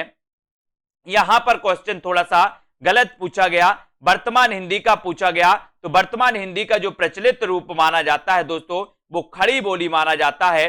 खड़ी बोली ये वर्तमान हिंदी का प्रचलित रूप है, ठीक है। तो यहां पर उत्तर आपका खड़ी बोली होना चाहिए, ठीक है, वर्तमान हिंदी का प्रचलित रूप, ठीक है। यहां पर देख लेते हैं अगला क्वेश्चन कि निम्न में से कौन सी भारोपीय परिवार की भाषा नहीं है। भारोपीय परिवार सबसे बड़ा भाषा परिवार माना जाता है दोस्तों। अगर आपसे कभी पूछा जाए कि सबसे बड़ा भाषा परिवार कौन सा है तो आप क्या लगाओगे, भारोपीय परिवार, ठीक है। अब आपसे पूछा गया कि भारोपीय परिवार की कौन सी भाषा नहीं है, तो आपको उत्तर चयन करना है। मराठी भारोपीय की है, गुजराती भारोपीय भाषा परिवार की है, हिंदी भी है, तो कौन सी नहीं है, बोले सर मलयालम, ये द्रविड़ भाषा परिवार से संबंधित होती हैं, है ना। तो उत्तर आपका क्या हो जाता है, विकल्प नंबर सी, ठीक है। लाइक कर दिया आपने वीडियो को। तो किस तिथि को हिंदी को राजभाषा बनाने का निर्णय लिया गया, ये क्वेश्चन कल आपने बताया था, कल आपको चैलेंज प्रश्न के रूप में इस प्रश्न का दिया गया था और बहुत सारे लोगों ने जो दोस्तों बताया है उत्तर, वो बताया है क्या, 14 सितंबर 1949, है ना। ये आपका सी नंबर बिल्कुल सही था, ठीक है। अब आज का सेशन अपन स्टार्ट करेंगे, आप लोग तैयार रहे उत्तर बताने के लिए। आपको बताना है दोस्तों कि वर्ष 1955 में गठित प्रथम राजभाषा आयोग के अध्यक्ष कौन थे। आपको बताना है 1955 में गठित प्रथम राजभाषा आयोग के अध्यक्ष कौन थे, कई बार एग्जाम में पूछा गया और 4 विकल्प है हमारे सामने। तब आपका राइट आंसर क्या हो जाता है, 1955 में। 2 सेकंड आपको दिए जाएंगे, फटाफट से उत्तर बताएंगे। और आपने बिल्कुल सही आंसर दिया है कि सर बीजी खैर साहब जो थे ये 1955 में गठित राजभाषा आयोग के क्या थे, अध्यक्ष थे। और उत्तर चला जाता है विकल्प नंबर 1 की तरफ, ठीक है। ये नंबर आपका बिल्कुल सही हो जाता है। अगला क्वेश्चन आपसे पूछा जाएगा, बघेली बोली का संबंध किस उपभाषा से है। बघेली का संबंध आपको बताना है, किस उपभाषा से है बघेली का संबंध। 4 विकल्प हैं, 2 सेकंड आपको दिए जाते हैं। हमने दोस्तों बघेली को कई बार पढ़ा है ना, और अपन ने पढ़ा था अब छत्तीसगढ़ी। अब छत्तीसगढ़ी यानी कि आ से अवधि, बा से बघेली और छत्तीसगढ़ी से छत्तीसगढ़ी। इसका संबंध कौन से है इन तीनों का, इन तीनों का संबंध है पूर्वी हिंदी। और पूर्वी हिंदी का जो उदय होता है वो किससे होता है, अर्धमागधी। अर्धमागधी अपभ्रंश से दोस्तों पूर्वी हिंदी का उदय माना जाता है ना। ये याद रख लेना, अर्धमागधी अपभ्रंश से पूर्वी हिंदी। और पूर्वी हिंदी की 3 बोलियां हैं, अब छत्तीसगढ़ी, अवधी बघेली और छत्तीसगढ़ी, ठीक है। अगला क्वेश्चन है, भाषा के आधार पर राज्यों की पुनः संरचना किस वर्ष की गई। किस वर्ष पर की गई भाषा के आधार पर, बताइए। 1952, 54, 53 या फिर 56 में। ये क्वेश्चन तो कई बार आया है और पूछा ही जाता है, जीके में भी पूछ लिया जाता है, हिंदी में भी पूछ लिया जाता है। ऐसा क्वेश्चन है, ऑलराउंडर क्वेश्चन, जीके में भी आता है। तो यहां पर याद रख लेना कि भाषा के आधार पर राज्यों की पुनः संरचना किस वर्ष की गई थी। तो आपका राइट आंसर है 1956 में। कब की गई थी, 1956। और डी नंबर आपने बिल्कुल सही बताया, ठीक है, डी नंबर। अगला क्वेश्चन आपको बताना है कि भाषाई आधार पर सर्वप्रथम किस राज्य का गठन किया गया। भाषाई आधार पर बताना है दोस्तों, वो राज्य कौन सा है। ये क्वेश्चन भी जीके का भी है और हिंदी का भी है। तो बताओ भाषाई आधार पर सर्वप्रथम किस राज्य का गठन हुआ है। तो आपका राइट आंसर क्या होना चाहिए, और बोले सर भाषाई आधार पर राज्य की अगर बात करोगे तो आप लगा देना आंध्र प्रदेश, ठीक है। भाषाई आधार पर सर्वप्रथम आंध्र प्रदेश राज्य का क्या किया गया, गठन किया गया। और उत्तर चला जाता विकल्प नंबर डी की तरफ, ठीक है। हिंदी भाषा की बोलियों के वर्गीकरण के आधार पर छत्तीसगढ़ी बोली है, क्या है, पूर्वी हिंदी है, पश्चिमी हिंदी है, पहाड़ी हिंदी या फिर राजस्थानी हिंदी, क्या है। हिंदी भाषा की बोलियों के वर्गीकरण के आधार पर छत्तीसगढ़ी बोली क्या है, बताइए। तो हिंदी भाषा की बोलियों के वर्गीकरण के आधार पर छत्तीसगढ़ी बोली आपसे पूछा गया कि छत्तीसगढ़ी बोली है तो क्या है। छत्तीसगढ़ी अपन ने पढ़ा भी था, बोले सर अवधी, बघेली और छत्तीसगढ़ी ये पूर्वी हिंदी के अंतर्गत आती हैं। तो उत्तर आपने लगा दिया विकल्प नंबर ए और आपका राइट आंसर हो जाएगा ए नंबर, ठीक है। अगला क्वेश्चन आपसे पूछा जाता है साथियों कि भारतीय संविधान के किन अनुच्छेदों में राजभाषा संबंधी प्रावधान का उल्लेख है। बहुत बढ़िया प्रश्न है। किन अनुच्छेदों में है? अनुच्छेद 343 से 351, अनुच्छेद 434 से 445, अनुच्छेद 351 से 363, अनुच्छेद 453 से दोस्तों 464। तो सरल क्वेश्चन है, पूछा भी जाता है लेकिन सभी से बनेगा भी कि भारतीय संविधान के किन अनुच्छेदों में राजभाषा संबंधी प्रावधानों का उल्लेख है। तो वो है दोस्तों अनुच्छेद 343 से 351 तक। अनुच्छेद 343 से 351 तक ये राजभाषा संबंधी इसमें प्रावधान का उल्लेख है और विकल्प नंबर ए आपका बिल्कुल सही हो जाता है। अगला क्वेश्चन है, उर्दू भाषा किस भाषा की लिपि है? बताइए, उर्दू भाषा किस भाषा की लिपि मानी जाती है? हिब्रू की, अरबी, तुर्की या फारसी की? इससे पहले तो हमने पढ़ा कि सर देवनागरी, हमारी हिंदी की जो लिपि है वो देवनागरी है ना। मराठी की लिपि देवनागरी है। और दोस्तों उर्दू भाषा किस भाषा की लिपि है ये आपसे पूछा गया, तो उर्दू भाषा जो है वो फारसी की लिपि है। काय की? फारसी। और उत्तर किसकी तरफ चला जाता है? विकल्प नंबर डी की तरफ। ठीक है, ये छोटे छोटे क्वेश्चन आपके कई बार पूछे जाते हैं दोस्तों, इन क्वेश्चन के लिए हमें तैयार रहना है। ठीक है, अगला क्वेश्चन आपको बताना है कि अंग्रेजी भाषा की लिपि कौन सी है? अंग्रेजी भाषा की लिपि आपको बताना है। अंग्रेजी भाषा के बारे में हमने पढ़ा था कि अंग्रेजी को 22 भाषाएं जो हमारी संविधान की 8वीं अनुसूची में सम्मिलित की गई हैं, उन 22 भाषाओं में से अंग्रेजी को शामिल नहीं किया गया, जबकि अंग्रेजी को राजभाषा का दर्जा प्राप्त है। दोस्तों 30 का उत्तर आपको बताना है। तो अंग्रेजी भाषा जो की लिपि है जो वो है दोस्तों, वो कौन सी है? रोमन लिपि। कौन सी लिपि है? रोमन। और उत्तर हो जाता है आपका विकल्प नंबर डी, रोमन लिपि राइट आंसर हो जाएगा। अगला क्वेश्चन आपको यहां पर चयन करना है। अगला क्वेश्चन है, खड़ी बोली किस हिंदी की भाषा है? खड़ी बोली किस हिंदी की भाषा है? इसका उत्तर आपको चयन करना है। चयन करेंगे सभी लोग, यहां पर आ जाते हैं। खड़ी बोली किस हिंदी की भाषा मानी जाती है? इसका उत्तर आपको चयन करना है। क्या सही हो जाएगा? तो खड़ी बोली किस हिंदी की भाषा मानी जाती है? तो बोले सर ये खड़ी बोली का अपन ने पढ़ा था कि खड़ी बोली को कोरबी भी कहा जाता है, कोरबी कहा जाता है। इसका एक अन्य नाम क्या है? कोरबी है। और दोस्तों हिंदी का जो वर्तमान में प्रचलित रूप है वो खड़ी बोली ही है ना। और खड़ी बोली किस हिंदी की भाषा है? तो वो पश्चिमी हिंदी की है। और उत्तर चला जाता है विकल्प नंबर सी की तरफ। ठीक है, अगला क्वेश्चन है आपका, आपको बताना है कि मध्यकालीन आर्य भाषा किससे कहा गया? मध्यकालीन आर्य भाषा किससे कहा गया? पूर्वी हिंदी को, प्राकृत हिंदी को, पहाड़ी हिंदी या फिर बिहारी हिंदी को? तो बताइए मध्यकालीन आर्य भाषा किससे कहा गया? आंसर आपको चयन करना है। और आपने जो चयन किया है कि सर मध्यकालीन आर्य भाषा की अगर आप बात करोगे तो उत्तर आपका सही हो जाता है क्या? विकल्प नंबर बी, प्राकृत हिंदी को मध्यकालीन आर्य भाषा कहा गया। और राइट आंसर आपका हो जाएगा विकल्प नंबर वी, जो कि सभी लोगों ने बताया। अगला क्वेश्चन आपकी स्क्रीन पर है। अगला क्वेश्चन आपको बताना है, उत्तर क्या हो जाएगा? स्वर श्रेणी अपभ्रंश से कौन सी भाषा विकसित हुई? स्वर श्रेणी अपभ्रंश से आपको चयन करना है, कौन सी भाषा विकसित हुई? चयन करिए सभी लोग। स्वर श्रेणी अपभ्रंश से कौन सी भाषा विकसित हुई? पूर्वी हिंदी, बिहारी, पश्चिमी हिंदी या फिर लहंदा? इस स्वर श्रेणी अपभ्रंश दोस्तों अपन ने देखा कि जो हिंदी की बोलियां हैं वो किसी ना किसी अपभ्रंश से है ना दोस्तों उनकी उत्पत्ति हुई है और विकसित हुई हैं। तो स्वर श्रेणी अपभ्रंश से आपको बताना है। तो अपन ने पढ़ा था कि सर स्वर श्रेणी अपभ्रंश से निकली कौन सी? पश्चिमी हिंदी। कौन सी निकली? पश्चिमी हिंदी। और पश्चिमी हिंदी की जो बोलियां मानी जाती हैं अपन ने पढ़ा था, कानों के खड़ी बुंदेली, ब्रजभान हरि के पास कन्नौजी, खड़ी बोली, बुंदेली, ब्रज और हरियाणवी, ये मानी जाती हैं दोस्तों पश्चिमी हिंदी की। ठीक है, इनको हमें याद रख लेना।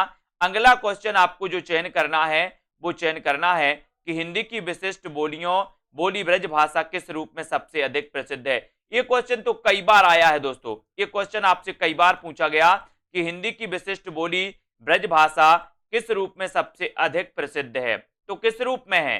रामलीला के रूप में है, गद्य भाषा के रूप में है, नाट्य भाषा के रूप में है या फिर काव्य भाषा के रूप? इसके पहले हमने पढ़ा था कि जो ब्रज भाषा है ये ब्रज भाषा पश्चिमी हिंदी के अंतर्गत आती है।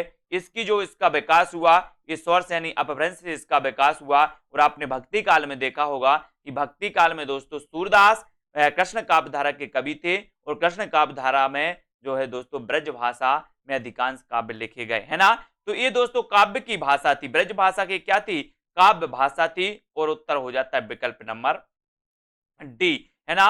मगही किस उपभाषा की बोली है, मगही बताना है आपको, मगही। यहां पर 4 विकल्प हैं, मगही के बारे में आपको थोड़ा सा चयन करना है कि किस उपभाषा की बोली है, राजस्थानी की है, पूर्वी हिंदी, पश्चिमी हिंदी या फिर बिहारी हिंदी की। मगही किस उपभाषा की बोली मानी जाती है, तो यहां पर आपको पता है, अपन ने पढ़ा था कि भोजन में एक मग मैथी, एक मग मैथी काय में भोजन में, तो इसको याद रखने बोले बिहारी के भोजन में एक मग मैथी डाल दो। तो बिहारी से बिहारी हिंदी, और बिहारी हिंदी के अंतर्गत जो आती है भोजन से बना भोजपुरी, ठीक है। दूसरा दोस्तों मग से बना मगही और मैथी से बना मैथिली। तो ये 3 जो बोलियां हैं दोस्तों ये बिहारी हिंदी के अंतर्गत आती हैं और मगही भी बिहारी हिंदी के अंतर्गत आती हैं। बोले भोजन में एक मग मैथी, है ना, ऐसे हमें याद रखना है। अनुच्छेद 351 में किस विषय का वर्णन है, ये 4 विकल्प है हमारे सामने और आपको 351 का उत्तर बताना है कि 351 में किस विषय का वर्णन है। संघ की राजभाषा संबंधी, उच्चतम न्यायालय की भाषा संबंधी, पत्राचार की भाषा या हिंदी के विकास के लिए निर्देश हैं। तो 351 में आपको बताना है कि संविधान के अनुच्छेद 351 में किस विषय को लेकर के वर्णन है, प्रावधान है, इसका उत्तर आपको चयन करना है। तो आपने बिल्कुल सही आंसर चयन किया है और वो आंसर क्या है आपका, वो है दोस्तों विकल्प नंबर डी कि हिंदी के विकास के लिए इसमें निर्देश दिए गए हैं और आंसर राइट आंसर हो जाता है आपका डी नंबर, ठीक है। डी जिन्होंने आंसर चयन किया उनका आंसर बिल्कुल सही। और अगला क्वेश्चन, हिंदी भाषा के विकास का सही अनुक्रम कौन सा है, सही अनुक्रम बताना है कौन सा है। पाली, प्राकृत, अपभ्रंश, हिंदी, प्राकृत, अपभ्रंश, हिंदी, पाली, अपभ्रंश, पाली, प्राकृत या हिंदी, है ना। और एक और अपना ऑप्शन यहां आ जाता है, इसको भी अपन देख लेते हैं, सॉरी यहां पर आता है, इस ऑप्शन को भी इसको देख लेते हैं। ये आपका ऑप्शन है यहां पर कि हिंदी, पाली, प्राकृत, ठीक है, तो कोई बात नहीं, यहां से आपको बताना है। तो सबसे पहले कौन सी आई दोस्तों, है ना, संस्कृत। यहाँ संस्कृत चारों ऑप्शन में सबसे पहले नहीं है तो संस्कृत छोड़ दो, ठीक है। कौन सी आ गई, पाली, प्राकृत, अपभ्रंश और फिर हिंदी, यानी कि अपना उत्तर क्या हो जाएगा सही, 1 नंबर ही हो जाएगा सही, ठीक है। 1 नंबर आपका सही हो जाएगा, जो आपने बिल्कुल सही आंसर बताया है। अगला क्वेश्चन है, अगला क्वेश्चन की ओर यहाँ पर बढ़ जाते हैं। अगला क्वेश्चन आपको यहाँ पर बताना है, दक्षिण भारत हिंदी प्रचार सभा का मोस्ट इंपोर्टेंट क्वेश्चन है दोस्तों। दक्षिण भारत हिंदी प्रचार सभा का मुख्यालय कहाँ स्थित है, दक्षिण भारत हिंदी प्रचार सभा का मुख्यालय कहाँ स्थित है, ये क्वेश्चन आपको बताना है। हैदराबाद में, बेंगलोर, चेन्नई या फिर मैसूर में। मोस्ट इंपोर्टेंट क्वेश्चन जो आपसे पूछा गया कि दक्षिण भारत हिंदी प्रचार सभा का मुख्यालय कहां पर है, और ये दोस्तों क्वेश्चन पूछा ही जाता है और आपने बिल्कुल सही आंसर भी बताया है कि सर दक्षिण भारत प्रचार सभा का जो मुख्यालय, हिंदी प्रचार सभा का जो मुख्यालय है वो कहां पर है, चेन्नई में, और उत्तर हो जाता है चेन्नई, सी नंबर, ठीक है। सी आपका बिल्कुल सही। अगला क्वेश्चन है, अधोलिखित में कौन उत्तर प्रदेश की बोली नहीं है, बताइए उत्तर प्रदेश की कौन सी नहीं है, इसका चयन करिए। ब्रजभाषा, अवधी, भोजपुरी या फिर बघेली, कौन सी उत्तर प्रदेश की बोली नहीं है बताइए। और ब्रज तो है, अवधी भी है, बघेली भी है, भोजपुरी भी है, लेकिन कौन सी नहीं है, बघेली नहीं है, है ना। ये बघेल खंड से संबंधित आती है दोस्तों, मध्य प्रदेश के कई हिस्सों में ये बघेली बोली जाती है, ठीक है। तो ये बोली उत्तर प्रदेश से संबंधित नहीं है, कौन सी, बघेली। और ये बघेली पूर्वी हिंदी से संबंधित है, ये आपको याद रख लेना। अब आपको बताना है साला और जामात को छत्तीसगढ़ी में क्या कहते हैं, साला और जामात को छत्तीसगढ़ी में क्या कहते हैं बताइए। छत्तीसगढ़ी बोली में, ये छत्तीसगढ़ी पूर्वी हिंदी की है दोस्तों, तो साला और जामात को छत्तीसगढ़ी में क्या कहते हैं, ये क्वेश्चन पूछा गया है और उत्तर है कि साला को सारा और जामात को जांबर, है ना, सारा और जांबर, ये छत्तीसगढ़ी में कहा जाता है और उत्तर बी नंबर आपका बिल्कुल सही हो जाता है, ठीक है। फिर अगला क्वेश्चन आपकी स्क्रीन पर, बहराइच, सुल्तानपुर, रायबरेली किस बोली के क्षेत्र माने जाते हैं। बहराइच, सुल्तानपुर, रायबरेली किस बोली के क्षेत्र है, छत्तीसगढ़ी, बघेली, ब्रजभाषा या फिर अवधि के?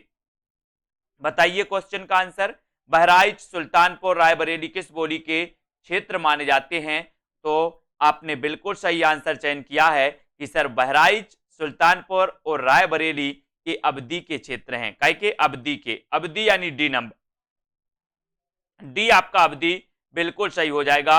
इनको आपको डी नंबर याद रखना, ठीक है। अयऊ शब्द निम्न में से किस बोली का शब्द है? बताइए, अयऊ जो है ये शब्द बताओ किस बोली का शब्द है। ऐसे भी क्वेश्चन आते हैं, ये कुछ गिने चुने शब्द होते हैं जो आपसे पूछे जाते हैं। तो किस बोली का शब्द है? 4 विकल्प हैं, भोजपुरी, अवधी, खड़ी बोली या फिर ब्रज भाषा के। तो ये राइट आंसर आपको चयन करना है। और बोले सर इतना अच्छा क्वेश्चन है, इतना सरल क्वेश्चन है कि अयऊ शब्द किस बोली का शब्द है, तो उत्तर चला जाता है ब्रज की तरफ और ब्रज आपका सही हो जाता है सी नंबर, ठीक है। सी आपका राइट आंसर। खड़ी बोली को किस अन्य नाम से जाना जाता है? खड़ी बोली को किस अन्य नाम से जाना जाता है? बताइए। ये क्वेश्चन कई बार आया और मैंने भी आपको बताया है कि पश्चिमी हिंदी में दोस्तों हरियाणवी और खड़ी बोली ऐसी हैं, जैसे हरियाणवी का दूसरा नाम बांगरू है और दोस्तों खड़ी बोली का जो दूसरा नाम है जो आपसे पूछा गया है वो उत्तर तो आपको बताना है कि बोले सर खड़ी बोली को किस अन्य नाम से जाना जाता, तो उत्तर चला जाता है कोरबी बोली। कोरबी यानी बी आपका सही हो जाएगा। भाषा वह साधन है जिसके द्वारा मनुष्य अपने विचार दूसरों तक भली भांति प्रकट कर सकता है। ये कथन किसका है? ये कथन आपको बताना है, ये कथन किसका है? तो भाषा वह साधन है जिसके द्वारा मनुष्य अपने विचार दूसरों तक भली भांति प्रकट कर सकता है। ये कथन किसका है? तो ये कथन और एक क्वेश्चन ये बहुत ही बढ़िया है, कई बार पूछा गया है और ये कहा था कामता प्रसाद गुरु ने कि भाषा वह साधन है जिसके द्वारा मनुष्य अपने विचारों को एक दूसरे तक भली भांति प्रकट कर सकते हैं। और उत्तर आपका बी की तरफ चला जाता है। बी नंबर आपका बिल्कुल सही हो जाता है। तो भारत की भाषा की सबसे छोटी इकाई किसे कहते हैं? ये क्वेश्चन तो कई बार पूछा गया, हर एग्जामों में ये क्वेश्चन पूछा जाता है कि भाषा की सबसे छोटी इकाई कौन सी है? शब्द, व्यंजन, स्वर या फिर वर्ण? भाषा की सबसे छोटी इकाई हमें बताना है, सबसे छोटी इकाई कौन सी है? तो आपको 2 सेकंड दिए जाते हैं, आपको चयन करना है, भाषा की सबसे छोटी इकाई बताना है और यहां पर आपका बिल्कुल सही आंसर हो जाएगा वर्ण या फिर अक्षर, है ना, जिसे ध्वनि भी कहते हैं, वर्ण भी कहते हैं, अक्षर भी कहते हैं। ये भाषा की सबसे छोटी इकाई होती है, ठीक है। वहीं आपसे अगर पूछ लिया जाए कि भाषा की सबसे छोटी सार्थक इकाई कौन सी है, तो सार्थक इकाई होती है आपकी शब्द। भाषा की सबसे छोटी सार्थक इकाई होती है शब्द और भाषा की सबसे छोटी इकाई होती है वर्ण, ध्वनि या फिर अक्षर, ठीक है। अगला क्वेश्चन, अगला, हिंदी किस भाषा परिवार की भाषा है? हिंदी किस भाषा परिवार की भाषा है? भारोपीय, द्रविड़, ऑस्ट्रिक या फिर चीनी तिब्बत? तो बताइए, चीनी तिब्बती किस भाषा परिवार की? आपने देखा होगा भाषा परिवार आपने पढ़े होंगे, सबसे बड़ा भाषा परिवार माना जाता है दोस्तों अपना भारोपीय परिवार, है ना। और जो हिंदी है ये हिंदी भी भारोपीय परिवार से ही संबंधित होती है, जो कि आंसर आपने बिल्कुल सही लगाया है। ये नंबर आपका बिल्कुल सही है। अगला क्वेश्चन यहां पर हम देखेंगे, हिंदी भाषा का जन्म हुआ तो अपभ्रंश से हुआ, लौकिक संस्कृत से हुआ, पाली प्राकृत से या फिर वैदिक संस्कृत से? तो हिंदी भाषा का जन्म किससे हुआ ये आपको बताना है। 4 विकल्प है हमारे सामने। यहां बहुत सारे लोग कंफ्यूज हो जाते हैं, लेकिन आपको याद रख लेना है कि हिंदी भाषा का जो विकास हुआ है, जो जन्म हुआ है, वो अपभ्रंश से माना जाता है, ठीक है। अगर आदि जननी की बात करें तो संस्कृत पर हम पहुंचेंगे, लेकिन यहां पर आपका हिंदी भाषा का जन्म हुआ है तो वो अपभ्रंश से हुआ है, यानी कि आपका जो 1 नंबर है वो 1 नंबर बिल्कुल सही हो जाता है। अपन देखते हैं अपभ्रंश की विभिन्न अवस्थाओं से, जैसे स्वरसैनी हिंदी से पश्चिमी हिंदी निकली, है ना, और अर्धमागधी से दोस्तों पूर्वी हिंदी निकली। तो ये अपभ्रंश के विभिन्न रूपों से हिंदी की जो है भाषाओं का विकास हुआ, जन्म हुआ माना जाता है, ठीक है। अगला क्वेश्चन है आपके लिए दोस्तों कि भाषा शब्द की उत्पत्ति निम्न में से किस धातु से हुई? एक कई बार क्वेश्चन आया है, भाषा शब्द की उत्पत्ति किस धातु से हुई है? भाष्य से, भास से, भास या फिर भास से? तो किससे हुई मानी जाती है? प्रश्न क्रमांक आपका 49 है और 49 का उत्तर आपको चयन करना है। भाषा शब्द की उत्पत्ति किस धातु से हुई है? और आपने बिल्कुल सही चयन किया है, बोले सर भास लगा दो, मैंने लगा दिया। सी नंबर आपका बिल्कुल सही है, भाषा शब्द की उत्पत्ति भास से हुई है और सी आपका बिल्कुल सही हो जाता है। अगला क्वेश्चन आपका स्क्रीन पर है आपकी, वो बताना है आपको कि कौन सी बोली अथवा भाषा हिंदी के अंतर्गत नहीं आती। तो हिंदी के अंतर्गत नहीं आती तो कौन सी नहीं आती? कन्नौजी, बांगरू, अवधी या फिर तेलुगु। कौन सी बोली अथवा भाषा हिंदी के अंतर्गत नहीं आती? तो देखो कन्नौजी तो आती है ना, बांगरू भी आती है, बांगरू यानी कि हरियाणवी, हरियाणवी का दूसरा नाम क्या है? बांगरू। और अवधी भी हिंदी के अंतर्गत आती है। तो कौन सी नहीं आती? बोले सर तेलुगु नहीं आती। तो तेलुगु आपका राइट आंसर डी बिल्कुल सही हो जाएगा, तेलुगु नहीं आती। ठीक है, अगला क्वेश्चन आपको बताना है यहां पर कि हिंदी भाषा का कौन सा रूप मानक हिंदी के रूप में स्वीकार किया गया। मानक हिंदी के रूप में कौन सा रूप स्वीकार किया गया? प्रश्न क्रमांक 51, पूर्वी हिंदी, पहाड़ी हिंदी, खड़ी हिंदी या फिर दक्षिणी हिंदी। हिंदी भाषा का कौन सा रूप मानक हिंदी के रूप में स्वीकार किया गया, ये क्वेश्चन आपसे पूछा गया है।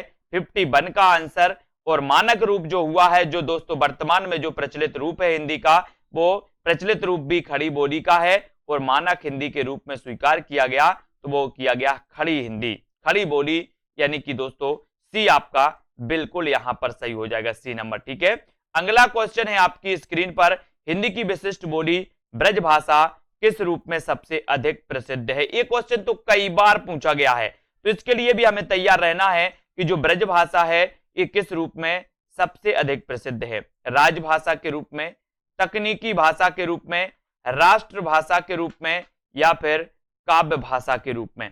किस रूप में ये ब्रजभाषा सबसे अधिक प्रसिद्ध है? और 4 विकल्प है, 52 का आंसर आपको बताना है। और यहां पर ब्रजभाषा किस रूप में सबसे अधिक प्रसिद्ध है? उत्तर चला जाता है काव्य भाषा के रूप में। किस भाषा के रूप में? काव्य भाषा के रूप में ये प्रसिद्ध है और डी आपका बिल्कुल सही हो जाता है। भारतवर्ष में हिंदी को आप किस वर्ग में रखेंगे? किस वर्ग में रखेंगे आप, ये बताना आपको। तो यहां पर ये प्रश्न दिया है कि भारतवर्ष में हिंदी को आप किस वर्ग में रखेंगे। यहां पर आपके 4 विकल्प आपको दिए जाते हैं, राजभाषा के रूप में, राष्ट्रभाषा के रूप में, विभाषा या फिर तकनीकी भाषा। तो हिंदी को आप किस रूप में रखेंगे? कंफ्यूजन वाला प्रश्न है। बहुत सारे लोग जिन्होंने नहीं पढ़ा है वो दोस्तों राष्ट्रभाषा लगाते हैं, राष्ट्रभाषा लगा के आती है 100%, लेकिन हिंदी को हम दोस्तों, हमारी हिंदी राष्ट्रभाषा नहीं है, हमारी हिंदी राजभाषा है। क्या है? राजभाषा। और राजभाषा उसे कहते हैं जिसे सरकारी कामकाजों में प्रयोग किया जाता है, और हमारी हिंदी को सरकारी कामकाजों में प्रयोग किया जाता है, इसलिए जो हिंदी है वो राजभाषा है। ठीक है, इसको याद रखेंगे। निम्न में से कौन सी भाषा संस्कृत की अपभ्रंश है? संस्कृत की अपभ्रंश यानी कि दोस्तों आपको पता है अपभ्रंश मतलब होता है बिगड़ा हुआ रूप। तो संस्कृत जब दोस्तों ये बोलचाल की भाषा बन गई और बोलचाल की भाषा से बिगड़ते बिगड़ते आगे चली गई है संस्कृत। अपन देखते हैं कि तत्सम और तद्भव ये शब्द कैसे आए। ये संस्कृत से बिगड़ते बिगड़ते दोस्तों इनका तद्भव रूप आया, तो वही जो है अपभ्रंश कहलाती है, जो भाषा बिगड़ती हुई चली जाती है। ठीक है, तो संस्कृत की अपभ्रंश कौन सी कहलाएगी? तो संस्कृत के बाद होता है पाली का जन्म। किसका होता है? पाली का जन्म होता है। संस्कृत की अपभ्रंश पाली, पाली की अपभ्रंश प्राकृत, प्राकृत की अपभ्रंश अपभ्रंश और अपभ्रंश की अपभ्रंश अभट्ट, है ना। तो इस प्रकार से दोस्तों, तो पाली आपका बिल्कुल सही होगा। संस्कृत की अपभ्रंश कहलाती है कौन सी? पाली, यानी कि डी नंबर आपका बिल्कुल सही हो जाएगा। ठीक है, अगला क्वेश्चन आपकी स्क्रीन पर, भारत में हिंदी को संविधान की किस धारा के अंतर्गत राजभाषा घोषित किया गया? हिंदी को तो धारा 343, धारा 343(2), धारा 343(1) या फिर दोस्तों 334(1). तो यहां पर बहुत अच्छे से देखने की जरूरत है दोस्तों। आपको पता है कि भारत में हिंदी को संविधान की धारा के अंतर्गत, किस धारा के अंतर्गत राजभाषा घोषित किया गया? तो वो किया गया धारा 343(1) के तहत। धारा 343(1) के तहत राजभाषा घोषित किया गया और अनुच्छेद 343 से लेकर के 351 तक काय का प्रावधान है? भाषा संबंधी संविधान में प्रावधान किए गए हैं, ये भी हमें याद रखना। ठीक है, उत्तर प्रदेश सरकार द्वारा 1947 में गठित देवनागरी लिपि सुधार समिति के अध्यक्ष कौन थे? ये क्वेश्चन कई बार आया है। उत्तर प्रदेश सरकार द्वारा 1947 में गठित देवनागरी लिपि सुधार समिति के अध्यक्ष कौन थे? डॉक्टर धीरेन्द्र वर्मा, संपूर्णानंद, आचार्य नरेंद्र देव या फिर इनमें से कोई नहीं? तो बताइए। उत्तर प्रदेश सरकार द्वारा वर्ष 1947 में गठित देवनागरी लिपि सुधार समिति के अध्यक्ष कौन थे? ये आपसे पूछा गया और मोस्ट इंपॉर्टेंट क्वेश्चन है, अनेकों एग्जामों में ये पूछे जाते हैं और उत्तर हो जाता है आचार्य नरेंद्र देव। ठीक है, आचार्य नरेंद्र देव आपका सी नंबर बिल्कुल सही हो जाएगा। इसके अध्यक्ष कौन थे? आचार्य नरेंद्र देव थे, 1947 में गठित देवनागरी लिपि सुधार समिति के। हिंदी की आदि जननी है तो कौन सी है? आदि जननी पूछा गया अब यहां पर। तो अपन ने देखा था कि हिंदी का जन्म अपभ्रंश से हुआ, लेकिन अगर आपसे पूछा जाए कि हिंदी की आदि जननी कौन सी है, तो आदि जननी में आपने बिल्कुल सही आंसर लगाया है, उत्तर है संस्कृत। कौन सी है? संस्कृत। और ए नंबर आपका बिल्कुल सही हो जाता है। अगला क्वेश्चन, ये क्वेश्चन कई बार कंफ्यूजन हुए हैं दोस्तों, तो यहां पर टकसाली भाषा किसे कहते हैं, ये आपसे पूछा गया। संस्कृतनिष्ठ भाषा को, ग्रामीण भाषा को, परिनिष्ठित भाषा को, या फिर कृत्रिम भाषा को? तो टकसाली भाषा किसे कहते हैं, ये क्वेश्चन पूछा जाता है और इस क्वेश्चन के लिए हमें तैयार रहना है ना? ये कंफ्यूज नहीं होना आपको, क्योंकि टकसाली भाषा संस्कृतनिष्ठ को नहीं, परिनिष्ठित को कहा जाता है। किसे? परिनिष्ठित भाषा को टकसाली भाषा कहा जाता है और उत्तर आपका सी नंबर बिल्कुल सही है, परिनिष्ठित भाषा को टकसाली भाषा। ठीक है, तो सी बिल्कुल सही है। ग्वालियर की बोली बताना है, ग्वालियर की बोली कौन सी है दोस्तों? ये क्वेश्चन कई बार पूछा गया, ग्वालियर की बोली है ना। ये ग्वालियर मध्य प्रदेश का एक जिला है और इसकी बोली कौन सी है? बुंदेली, ब्रजभाषा, खड़ी बोली या फिर कन्नौजी? तो ग्वालियर की बोली पूछी गई और बोली सर है यहां पर कौन सी? बुंदेली। और बुंदेली पश्चिमी हिंदी से संबंधित है। पश्चिमी हिंदी की अपन भाषा पढ़ते हैं दोस्तों, कानों के खड़ी बुंदेली ब्रजभान हरि के पास, तो ये बुंदेली पश्चिमी हिंदी की मानी जाती है, यानी कि दोस्तों आपका ए नंबर है। और ग्वालियर की भाषा भी क्या है? बुंदेली। अगला क्वेश्चन आपके लिए, निम्नलिखित में भाषा की प्रमुख प्रकृति कौन सी है? भाषा की प्रमुख प्रकृति बताना है, सरलता से क्लिष्टता की ओर, जटिलता से सरलता की ओर, भावों से विचारों की ओर, या विचारों से भावों की ओर? भाषा की प्रमुख प्रकृति कौन सी है, ये आपको बताना है।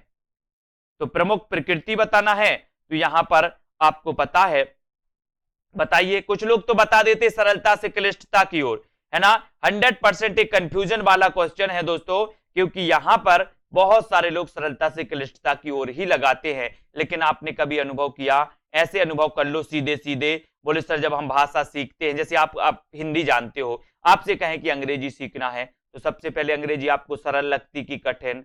बोले सर कठिन लगती है। फिर जैसे ही आप सीखते जाते हो तो क्या हो जाती है? सरल होती जाती है ना। तो अपन क्या करते, भाषा को अगर सीखते हैं तो सबसे पहले जटिलता से सरलता की ओर। जैसे ही भाषा हम शुरू में सीखते हैं हमें जटिल लगती है, कठिन लगती है, फिर हम जैसे ही सीखते जाते हैं तो हमें सरल लगने लगती है। तो हम सरलता से क्लिष्टता की ओर नहीं, हम जटिलता से सरलता की ओर बढ़ते हैं। ये भाषा की प्रमुख प्रकृति होती है, ये आपको याद रखना, जटिलता से सरलता की ओर। ठीक है, हिंदी किस भाषा का शब्द है? हिंदी बताना है, ये किस भाषा का शब्द है?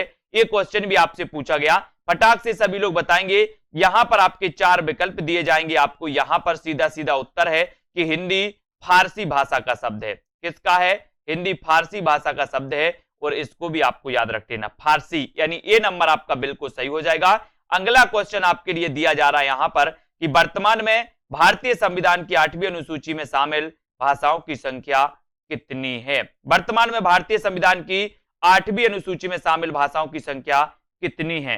14, 15, 18 या फिर 22?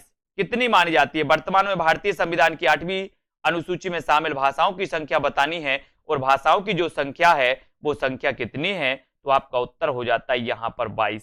कितनी है? 22। वर्तमान में भारतीय संविधान की 8वीं अनुसूची में शामिल भाषाओं की जो संख्या है वो संख्या है दोस्तों कितनी? 22। और राइट आंसर हो जाता है विकल्प नंबर डी। ठीक है, अगला क्वेश्चन, अगला क्वेश्चन है पैसाची से कौन सी भाषा विकसित हुई है? मराठी, गुजराती, पंजाबी या फिर राजस्थानी? पैसाची से बताना है, और पैसाची से मैंने कई बार आपको बताया है कि अगर लहंगा चाहिए, पंजाबी लहंगा चाहिए, तो क्या करोगे? बोले सर पंजाबी लहंगा लेने के लिए पैसा चाहिए, पैसा चाहिए ना। तो पैसा चाहिए, काई के लिए चाहिए पैसा? पंजाबी लहंगा लेने के लिए। तो पंजाबी और लहंदा जो है, ये दोनों का विकास दोस्तों पैसाची से हुआ है। ठीक है, तो यहां पर तो आपका सी नंबर बिल्कुल सही हो जाता है। अगला क्वेश्चन है, ब्रजभाषा कहां बोली जाती है? ब्रजभाषा कहां बोली जाती है? इलाहाबाद में, ओरछा एवं झांसी, मथुरा वृंदावन या फिर बनारस में? ब्रजभाषा कहां बोली जाती है?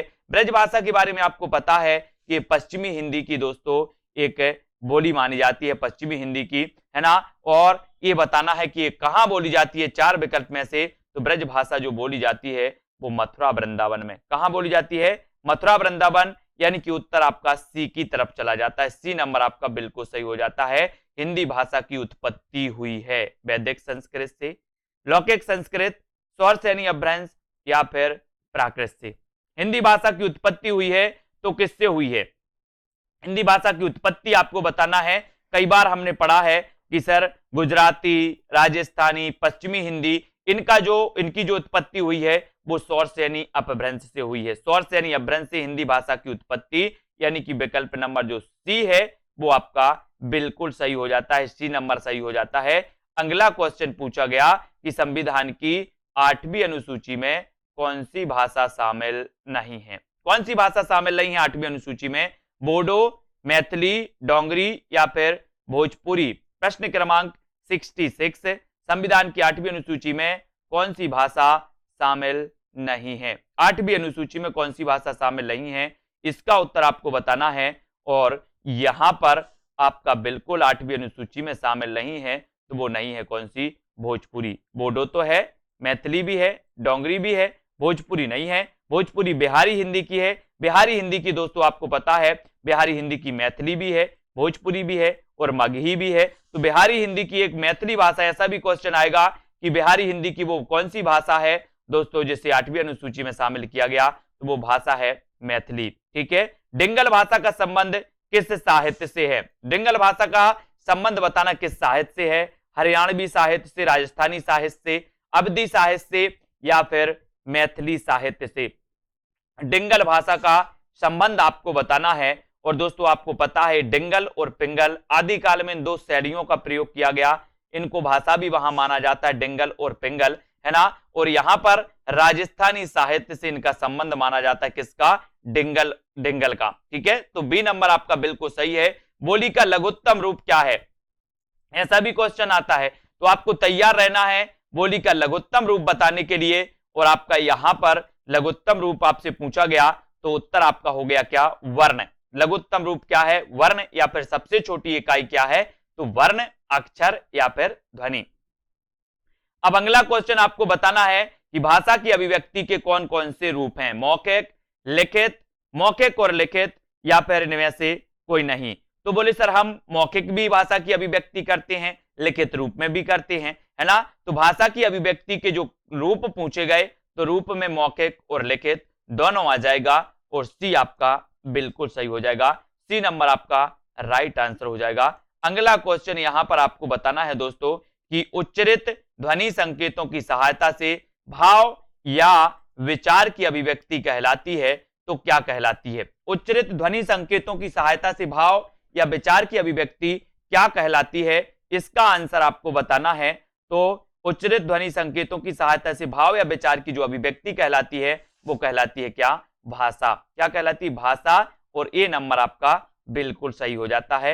ए नंबर राइट आंसर हो जाता है। ठीक है। भाषा और लिपि है, तो भाषा और लिपि क्या है? बताइए, भाषा और लिपि क्या एक दूसरे के विरोधी हैं, एक दूसरे की पूरक हैं, एक दूसरे की प्रतिद्वंदी हैं या फिर इनमें से कोई नहीं? भाषा और लिपि एक दूसरे की क्या मानी जाती हैं?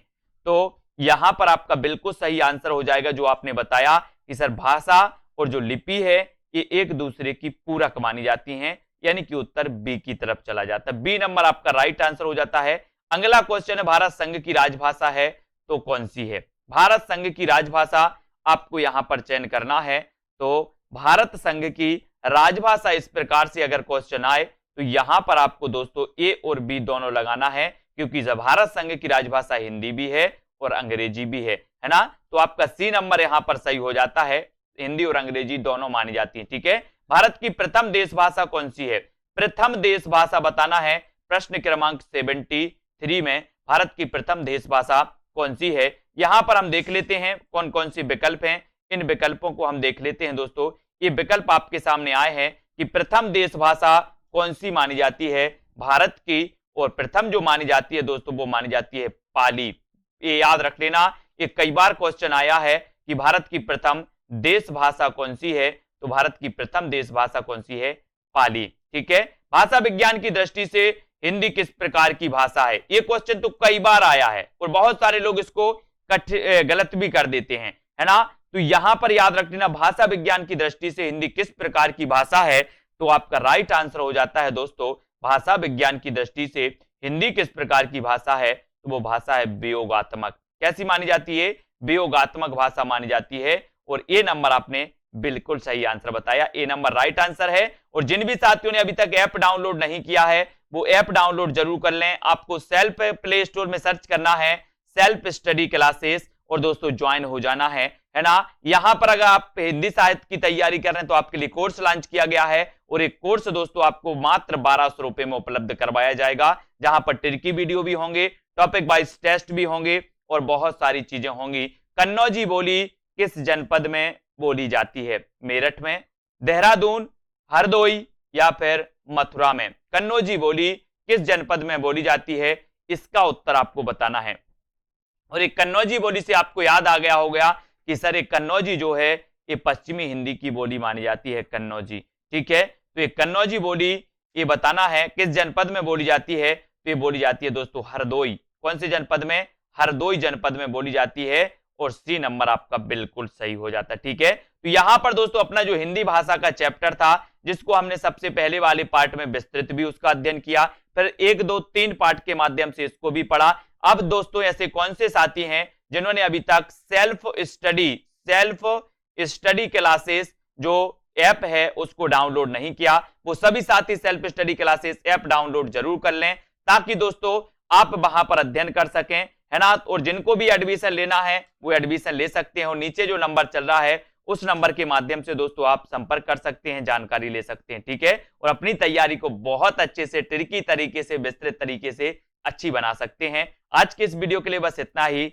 जय हिंद। बहुत सारे स्टूडेंट को ऐप डाउनलोड नहीं करते बन रहा है या फिर कर भी लिया है तो कोर्स भी नहीं देख पा रहे हैं, तो मैं आज उनको बता दूं कि ये जो सेल्फ स्टडी क्लासेस इस प्रकार से जब आप प्ले स्टोर से करते हैं तो ये आपका वेल जो है आइकन उसमें लगा हुआ है ना। तो इस प्रकार से सेल्फ स्टडी क्लासेस आपको सर्च करना है और ऐसे आइकन में आपको ऐप मिलने वाला है। ठीक है।